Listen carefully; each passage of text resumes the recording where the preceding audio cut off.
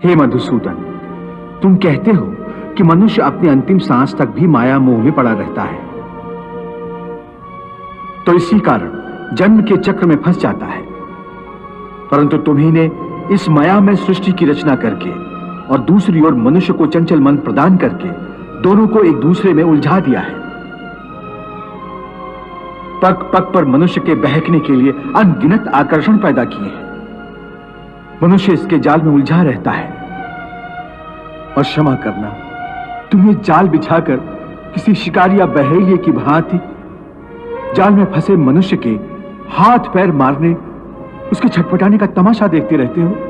नहीं अर्जुन, मैं तमाशा नहीं देखता, बल्कि अपनी माया की लीला देखता हूं। फिर भी केवल निहारते ही रहते हो ना, सहायता तो नहीं करते कि बेचारा प्राणी इधर उधर भटक रहा है, रास्ता भूल पड़ा है। तुम्हारे मन में बेचारे मनुष्य की सहायता करने का विचार कभी नहीं आता कि आगे बढ़कर उसका हाथ थाम लूं, उससे सच्चा रास्ता दिखाऊं?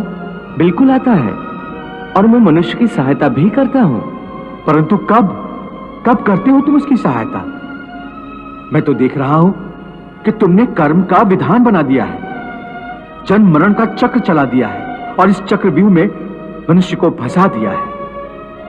ये तो कोई बात नहीं हुई, ये तो कोई सहायता नहीं हुई। मैं सहायता अवश्य करता हूं। अपने भक्त को मैं कभी बेसहारा नहीं छोड़ता, परंतु मनुष्य मेरी ओर देखे सहायता के लिए, मेरी ओर बढ़े तो मैं उसकी सहायता करूं ना। परंतु वो मेरी ओर बढ़ने के बजाय अपने अहंकार में डूबा रहता है, अपने बाहुबल के घमंड में पड़ा रहता है। वो तो इस भ्रम में पड़ा रहता है कि संसार में उससे बढ़कर कोई नहीं है। वो तो केवल अपनी बुद्धि और अपने बल पर ही भरोसा करता है। अपने बाहुबल पर उसे अपने परमात्मा से भी अधिक विश्वास होता है।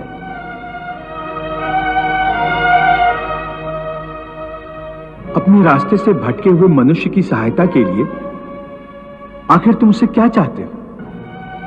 क्या तुम्हें सोने चांदी के चढ़ावे चाहिए? क्या तुम अपने भक्तों से स्वादिष्ट और पंच पकवान चाहते हो? मैं मनुष्य से एक श्रद्धा के अतिरिक्त कुछ नहीं चाहता, कुछ नहीं मांगता। वो मेरे प्रति बड़े बड़े चढ़ावे न चढ़ाए। सोना, चांदी, घी, चंदन और पकवान के चढ़ावे मुझे नहीं चाहिए। श्रद्धा और भक्ति भाव से एक फल, एक फूल, फूल की एक पत्ती, जल का एक कतरा या चावल का आधा दाना ही सही, मैं उसको भी भक्त की श्रद्धा से कहीं अधिक श्रद्धा से स्वीकार कर लेता हूं। पत्रम पुष्पम फलम तोयम यो मे भक्त्या प्रयच्छति तद अहम भक्ति उपहृतम अश्नामि प्रयतात्मनः। अरे इतना भी ना हो सके तो श्रद्धा या भक्ति का एक आंसू ही सही, मैं उसे भी कबूल कर लेता हूं।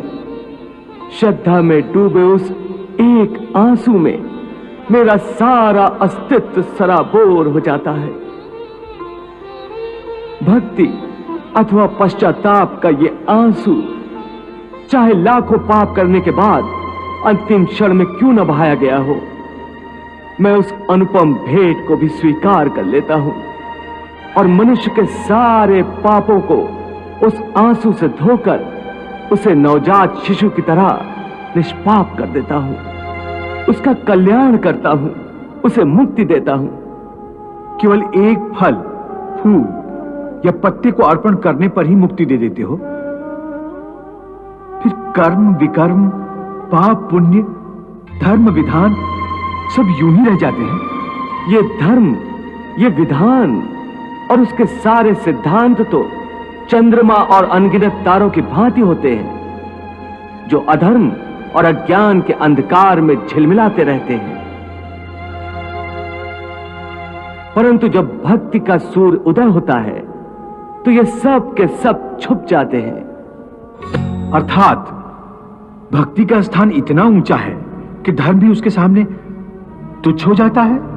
हां, परंतु आसक्ति से रहित भक्ति, जिसके लिए किसी पंडित प्रवचन, किसी पूजा सामग्री की कोई आवश्यकता नहीं।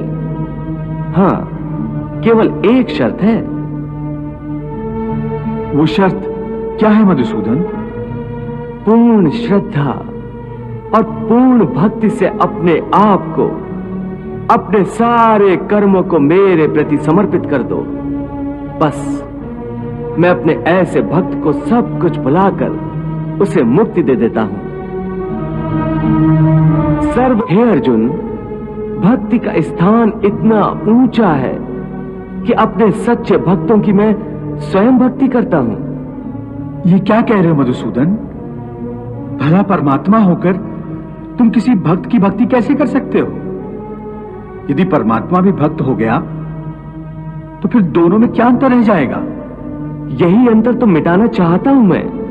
भक्त और भगवान के बीच कोई सीमा रेखा नहीं खिंचती।